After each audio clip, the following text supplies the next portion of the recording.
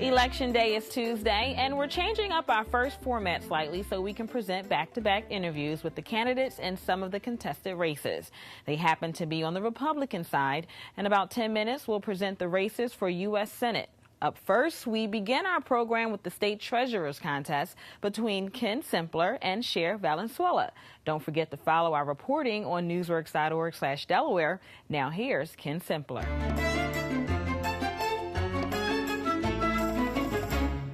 So we're joined by Ken Simpler. And Ken, since you could consider this sort of a job interview, why don't you give us sort of your 30-second pitch, tell Delaware voters why you should be the next treasurer. I guess what I've said to voters everywhere from fairs, festivals, parades, and all whatnot is finance guy for a finance job. I've spent 20 years as either a chief financial officer or an asset manager for a global investment firm. To me, the treasurer's job is one part money manager and one part finance officer, and that's how I've spent my career, and that's the value I think I can bring to Delaware in the treasurer's office. A lot of this campaign on the Democratic side, certainly with the current state treasurer, has sort of focused on things not really connected to the treasurer's office and the details of the office and the duties. But let's start there. What would you define the state treasurer's office as? What are the qualities of a good state treasurer? What will a successful state treasurer do? Well, if you start with what the job actually is, then you can probably decide what the skills are that are best suited to that job. I think the job, the day-to-day job, is the collection, investment, and disbursement of the money that comes into and out of our state. And when I say the investment, it's the cash that's on hand at any given time. So I think Delaware spends on the order of magnitude of $8 billion a year. That's more than just the general fund. That's all the monies. So roughly $8 billion a year flows into and out of the Treasury, and at any given time, $2 billion is there to invest through the policies and guidelines established by the Cash Management Policy Board, but that are administered by the Treasurer. That's the focus of the job. So if you have spent your career investing money and or dealing with finance matters as Chief Financial Officer, I think you bring a toolkit to the job where you can improve the operations of those and ensure that the job is handled professionally. And as someone who's not ever run for political office, I'm not looking at this as a platform per se. I'm looking at this as a job that needs to be done well as a critical part of our finance function here in the state of Delaware. You mentioned the Cash Management Policy Board and a lot of the current treasurers. He's been in a debate with that group over its role and the treasurer's role. Is there a right relationship, in your opinion, between the treasurer and that board? Sure, and I don't think it's a unique relationship. I mean, let's face it, this is what I did for a career as an asset manager for a global fund. I had an oversight board. I didn't just ride around making whatever investments I wanted to. I had to report to an advisory board that actually had a set of expectations around the returns that I would earn, as well as the next set of expectations around the types of investments I would make. Cash Management Policy Board is no different. Treasurer sits on the Cash Management Policy Board as one of 9 members to try to shape those guidelines if that person brings value to that experience. And the Treasurer executes the guidelines that are established by that board. So, understanding and having a good grip on what actually it is we invest in, the actual underlying securities that we take risk in by investing in them, and there are no risk-free assets out there, let's be clear about that, is an important part of the toolkit that you bring to the job. Certainly interacting with a board goes much more smoothly when they view you as an expert that has a similar skill set to them, that there can be a dialogue, that there can be a respectful dialogue. I think the challenge with the current state treasurer, and frankly I think my opponents in the current race have the same challenges, they don't bring that experience or skill set to the board. So I think it's going to be hard for them to interact with the board in a meaningful manner to shape policy or to execute the instructions with confidence that the board sets. Does the treasurer's office need to be reformed or improved, and how would you go about doing that? I think that the challenge for us right now as a state is broad along the lines of finance. But the finance function that's done in the Treasury, the twofold objective of collecting and dispersing and investing, definitely, I'll put it to you this way.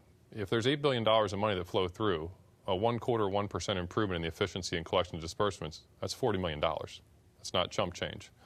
Similarly, a $2 billion portfolio that the performance is improved by as little as 0.5% is $10 million. 1%, $20 million.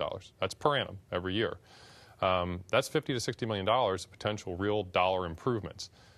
We don't have enough transparency around the actual investments in the portfolio or around the operations of the Treasurer's office for me to say to you with certainty how performance can be improved. I don't get enough data. But as someone who's spent 20 years doing this exact job, I feel like I can bring real value to that position.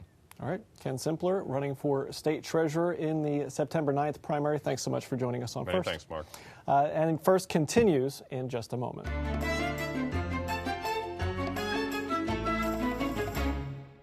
The other name on the Republican ballot for treasurer is Cher Valenzuela. Welcome, Cher. Thank you so much for coming on to our show. Thank you, Shirley. It's good to be here. You know, I want to start with your 30-second pitch for the job of state treasurer. Well, I know that we need a conservative, a fiscal conservative in this office. We've got some major problems in our state in terms of fiscal discipline. And so the Office of the Treasurer, I believe, in terms of economic growth, which we badly need in this state, would begin to focus on routing out wasteful spending and smaller government, lower taxes, and less regulations. And that's going to allow for a flow of prosperity to come back into the state and be able to move the state in a positive direction versus a tax and spend direction that we currently have. So in your mind, the role of state treasurer bigger than just signing paychecks? Oh, absolutely. We are in my mind, as a conservative, the watchdog for taxpayers.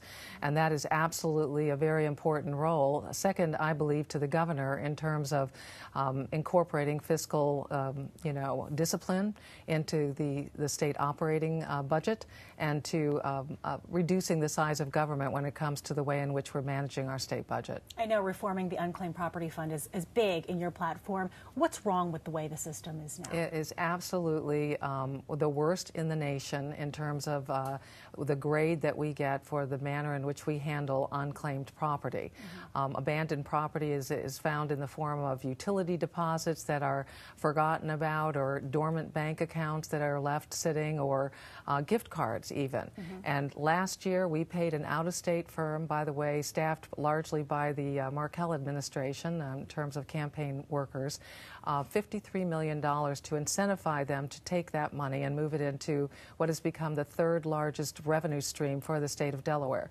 So you could say that the third largest revenue stream is based on stolen property of Delawareans, and we need to get that back into the hands of Delawareans, allow them to put that back into the economy. You know, in next week's primary, you're up against Republican Ken Simpler, who came on earlier, and he had said he's the only candidate with a finance background who has a proven track record of managing money. Your rebuttal to that? Well, you know, I have nothing against hedge fund managers. However, they have a high-risk, roll-the-dice approach that's used as a stockbroker. And I am a fiscal conservative, fiscal conservative, operated multi-million-dollar budgets and have an international business that we've grown in the state of Delaware over the last 20 years. So I handle multi-million-dollar budgets, balance sheets, and projects. And I really believe that we need a small business strategist, finance strategist in that role that takes a conservative approach versus a hedge fund approach. The state GOP held a debate, a primary debate, and you declined to participate. Why did you do that? Well, we had that invitation come in at the beginning of our campaign, and you can imagine that there are many, I would say an avalanche of invitations, and there were immediate scheduling conflicts. We declined at that point in time due to scheduling conflicts, but we have held debates on each end of the state and forums across the state. So and in fact, we've posted debates on our website so that other folks can, if they're not able to hear that particular day, can, tune in and understand the issues that way. You burst onto the political scene 2 years ago when you ran against incumbent Matt Dent for lieutenant governor. Do you see the state treasurer's office as a stepping stone to a larger office? Because it has been done before, clearly. It has been. I have never considered myself a career politician, and it's one of the reasons why I'm not taking a salary in this position. I really do believe that there is a role, if you're blessed in terms of our case of being able to have a successful business, of becoming a public servant. So I don't think beyond the job. I think in terms of measurable goals to accomplish something for the citizens of Delaware, and I don't really look beyond achieving that and serving the public in the manner in which I'm now seeking. So if you win, you will finish the term beginning to end. You'll be there for the duration. I don't know any other way to do something but in the completion of service, so yes. All right, Chair Valenzuela, thank you so much for joining us. The interview went by Thank so you. quickly. That flew by. Thank you for having me. Sure. And First continues in just a moment.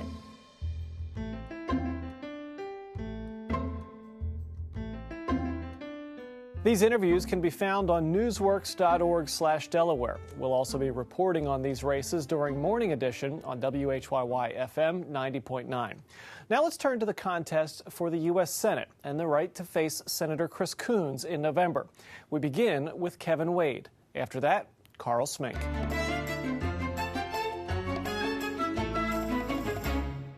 Kevin Wade, thanks for joining us on First. Michelle, again, it's so nice to see you. Thanks for having me. So we're going to start off the way we've begun the others. If you have Sure. 30 seconds to tell voters who you are, what would your pitch be?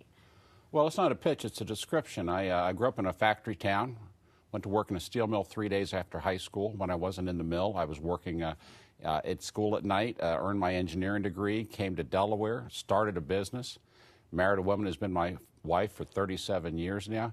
Every good thing in my life has happened in Delaware. I tell my audiences I wasn't lucky enough to be born here, but I got here as quick as I could.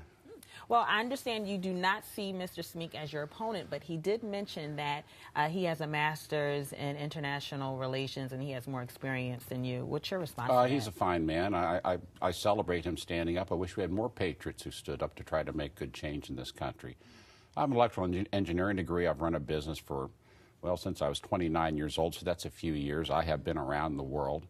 I was in Israel recently working, actually standing with IDF troops at the Gaza frontier. I was down at the southern border. I've been to Asia on work. I've been to South America in business. I've learned to speak Spanish in Mexico. I have my own international relations experience, you might say, Nichelle. So you see Senator Coons as your opponent, you were telling me. Exactly. And, you know, I understand he has made it a point that he's reached across the aisle to pretty much stop the gridlock in Washington. What's your response? Will you handle? My response, Michelle, is if you like your health insurance, you can keep your health insurance, period. I lost my health insurance coverage in my business because of Obamacare. I didn't hear Senator Coons speak up. He didn't reach out to me. Now, in fact, Senator Coons votes with Harry Reid 97% of the time. Now, your viewers may not know, but Harry Reid is the senator from Nevada. And the interests of the people of Nevada, which is a desert state with a gambling industry, have little to do with the interests of the people in Delaware. He has not been bipartisan. He hasn't reached out. He's reached up to get instructions from Harry Reid, quite frankly. It's my intention to be an independent voice for people across the political spectrum in Delaware. We need Delaware to have their own voice in Washington, and that's my purpose. Okay, so making sure you speak up for Delawareans. 2 years ago, you made the run against Tom Carper. Now, I understand Delaware is your focus, and you've told me that foreign policy isn't, but what should U.S. Senate's role be in terms of Obama policy? The purpose of the U.S. Senate is somewhat unique. They provide advice and consent to the President of the United States in his selection of high-ranking officials, the signing and confirmation of treaties. If you take a look at the fires raging around the world and across this country, including in Ferguson, Missouri, including the violence in Dover, the violence here, the flood of heroin through our streets, young people who can't get work, broken borders. It's all falling down in every direction. We need to provide the president solutions. We need to nudge the president to find solutions. Senator Coons isn't. Senator Coons doesn't speak to the problems this country faces and the failed leadership we have in Washington. So let's hold that thought. So the economy was a big part of the debate in 2012. As it still is, Michelle. What's your focus going forward, just briefly before we wrap up? It's to put Americans first. American families first, American kids first. There's an 18-year-old coming out of high school. He has no working experience, and he has to compete against a 35-year-old illegal alien who has 20 hard-working years of experience, who's willing to work for less than the minimum wage. That's wrong. We have to make jobs for our own first. We have to be America in order to be America, Nichelle. And quickly, we have problems with that southern border. I mean, if we have a camera, I want to show you. I was in Del Rio, Texas, just a few nights ago, speaking to a rancher whose young daughter found a brand new 10 real note from the Bank of Oman on their property. a brand new note, 10 reals, from the Bank of Oman. Wow. We don't know where the person is who was carrying it or why he's here. Okay. But something's wrong. Well, and I'll talk about that. Okay, well, I thank you for being here, Kevin Wade, and hopefully everything goes well. Kevin Wade, more first just ahead. Carl Smink is also in the running in the Republican primary for U.S. Senate. So we put the question to you as well. If you had 30 seconds with Delaware voters to really make your pitch for why they should vote for you, what would you say if you had 30 seconds to talk to them? Well, we have a primary coming up. So, of course, my opponent is Kevin Wade. And I would say, vote for me. I have the experience and I have the qualifications. I have many more qualifications than he does. Kevin's a good man. He's an engineer, and he's a good guy. But he doesn't have the number of degrees I have. He doesn't have the experience in the Industrial College of the Armed Forces, and he probably does not have a master's degree in international relations. And in addition to the academics, I have 35 years of experience in and around the Washington area, working with the various agencies. Sometimes as a consultant, sometimes as an employee. What's your motivation for running? Why are you in this race? I was told to do it. I cried out one Sunday morning, and I was sitting in front of my television watching Joel, and I said, "Can't you guys do something?" And instantly I got a response that said, "You do something. We want you to run for United States Senate." Why me at this late date? It took us a long time to get you ready. And who's telling you this? The Holy Trinity. All three of them were there. And I wanted to fall on my face. I could not. And talk about fear and admonition of the Lord. Yes, I don't want to do anything the rest of my life but serve those guys. So your campaign platform reads sort of like the conservative playbook. Repeal Affordable Care Act. You want to get the U.S. out of the UN.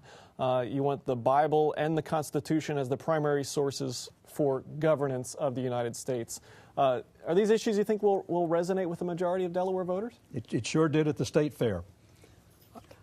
I didn't sit in the booth and wait for people to come to me. I went out and worked the Midway. I'd ask people if they were Delaware voters. If they responded positively, I would tell them who I was, what I was running for, and tell them that I had a Christ-centered campaign and that I was pro-gun. And had they any other questions, most of the time they would burst out laughing and say, "No, you answered our questions, you have our vote." And we're talking about 95% of the people would respond in that way. What's your main issue? What's your focus of your campaign? What do you want to do if elected? I want to stop the oppression that's coming out of the White House. Get this country back on a lawful basis again, where we have a rule of law and people have their freedoms. They're guaranteed their freedoms by the Constitution. What freedoms don't they have under the president? Well, they can't pick their own doctor. They're more and more things are being taken away from them. You said, what do they not have? Well, they don't have security anymore. We have a great big national security agency, Homeland Security, whatever you want to call it, and there's less security than ever. This great big agency has a lot of ammunition and tanks and whatnot. Why? We have an armed forces.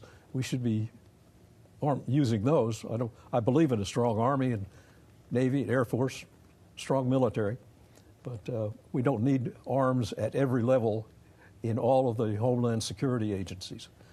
SWAT teams in the, I don't know if the IRS has one, but that would be an extreme as far as I was concerned.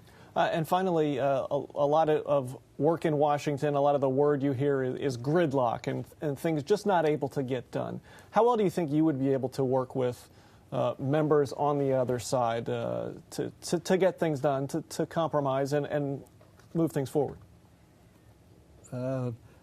Getting things done doesn't always mean compromise. And I'm very hesitant to engage in something that's going to erode freedoms from our people. All right, Carl Smink, thanks so much for joining us. A Republican running in the primary September 9th for U.S. Senate. Really appreciate you being there with us on First.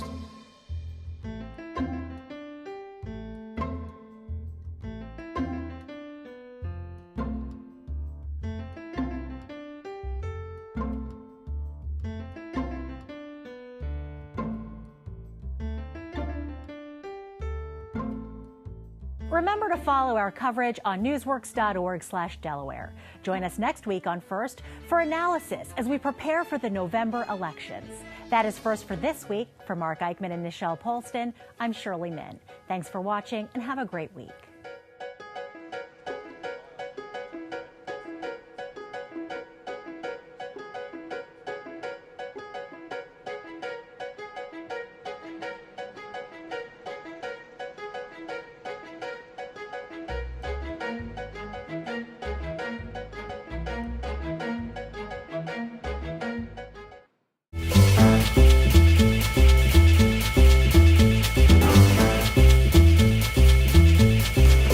Residents can now sign up for free emergency text and email alerts directly from the Wilmington Police Department.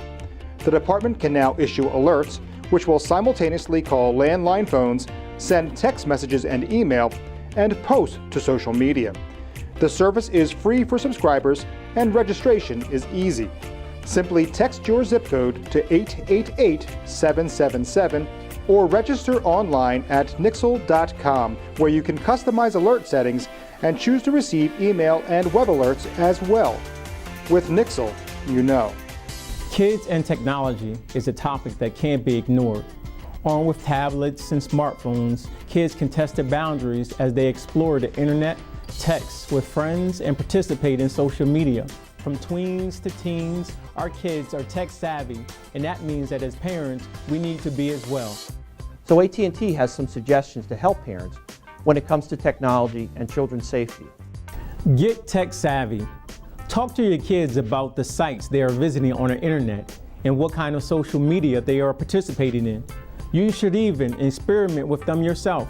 This will give you a better feel in evaluating the risks and potential abuses. Friend them or follow them. Check privacy settings on social media, but emphasize there is no privacy. The more private, the less likely inappropriate material will be received by your child or sent to their circle of acquaintances. But make sure your child understands that everything sent over the internet or a cell phone is public and can be shared with the entire world.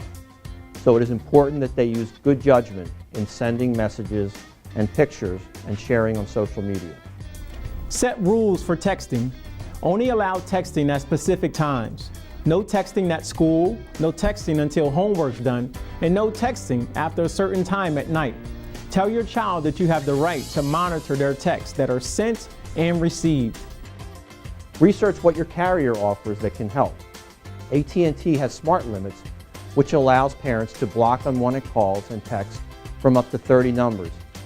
It also allows parents to set monthly limits on text and mobile purchases, and to restrict texting, data usage, and outbound calling during specified times during the day. Set boundaries. A parent's responsibilities in overseeing their child's technology use are not much different than in other areas of daily life. Set clear boundaries on appropriate and inappropriate uses of technology. Make sure that these rules and the consequences of breaking them are clear, and monitor use to make sure that they are following the rules. Wilmington City Council and AT&T hopes that armed with a little knowledge, parents can help support their children's use of technology safely and responsibly. To learn more, please visit us at www.att.net/smart controls. Thank you.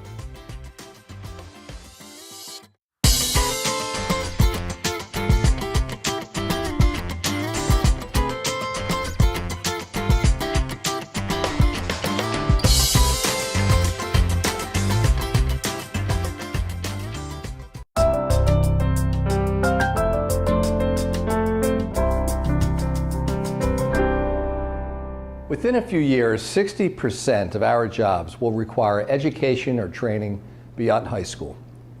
And for good-paying, fast-growing professions like IT and healthcare, it's 80%.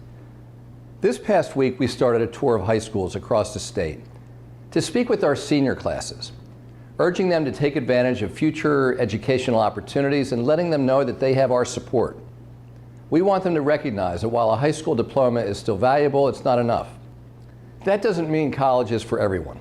I was joined by leaders from Delaware Tech who spoke about alternatives to traditional 2- and 4-year degrees. Professional certifications and credentials can open up better job opportunities for workers in high-tech manufacturing and other career paths. For students positioned to attend college, we've got to do everything we can to ensure that nothing gets in their way. We're expanding on the effort we launched last year to provide college planning resources, as well as application fee waivers to eligible students. We're helping seniors fill out their applications in school and assisting with the financial aid process.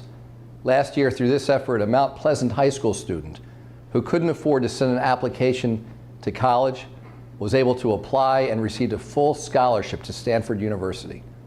Another young woman thought she'd have to put off attending Delaware Tech, but was able to work out her financial situation, and there are many stories like theirs. By supporting our students' transition to education and training beyond high school, we'll give them the best chance to reach their potential, and we'll have the talented workforce we need to grow our state's economy, and that will keep Delaware moving forward.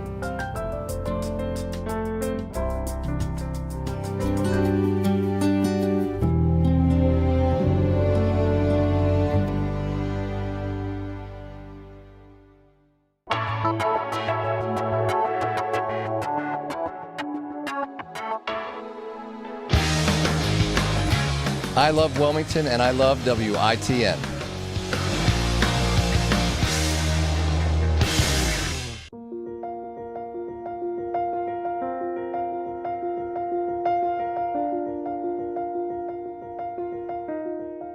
Hi, this is Darius Brown, City Councilman for the 3rd District. We're continuing to build better neighborhoods in the 3rd District, and it's important for the residents to come out for 2 upcoming meetings. As you know, there's been conversations for years and years about redeveloping the 16th Street connector.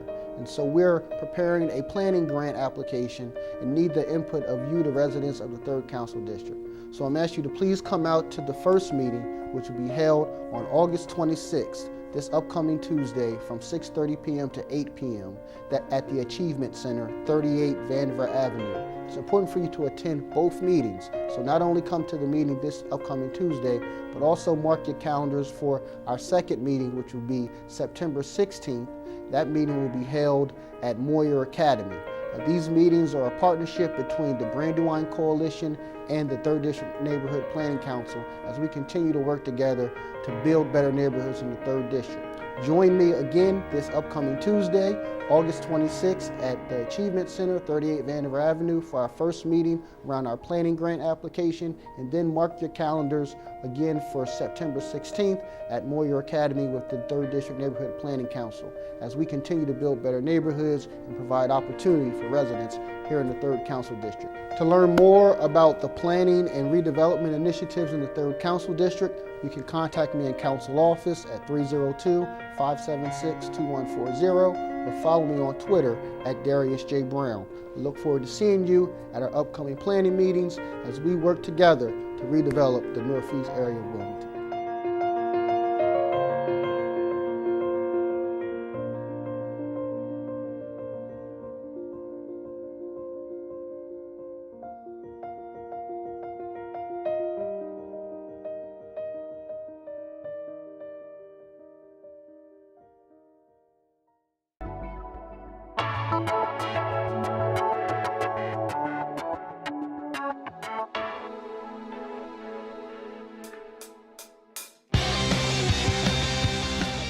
I love Wilmington and I watch WITN. One of the things that makes Wilmington a great place to live and a great place to serve as an elected official is just how accessible we all are. We just had a terrific meeting of the mayor, the governor, the senior senator, congressman, me, all our relevant staff to talk about public safety, growing jobs, helping young people, improving our neighborhoods. It's the kind of thing that happens in Delaware, and it's the kind of thing you can see on WITN.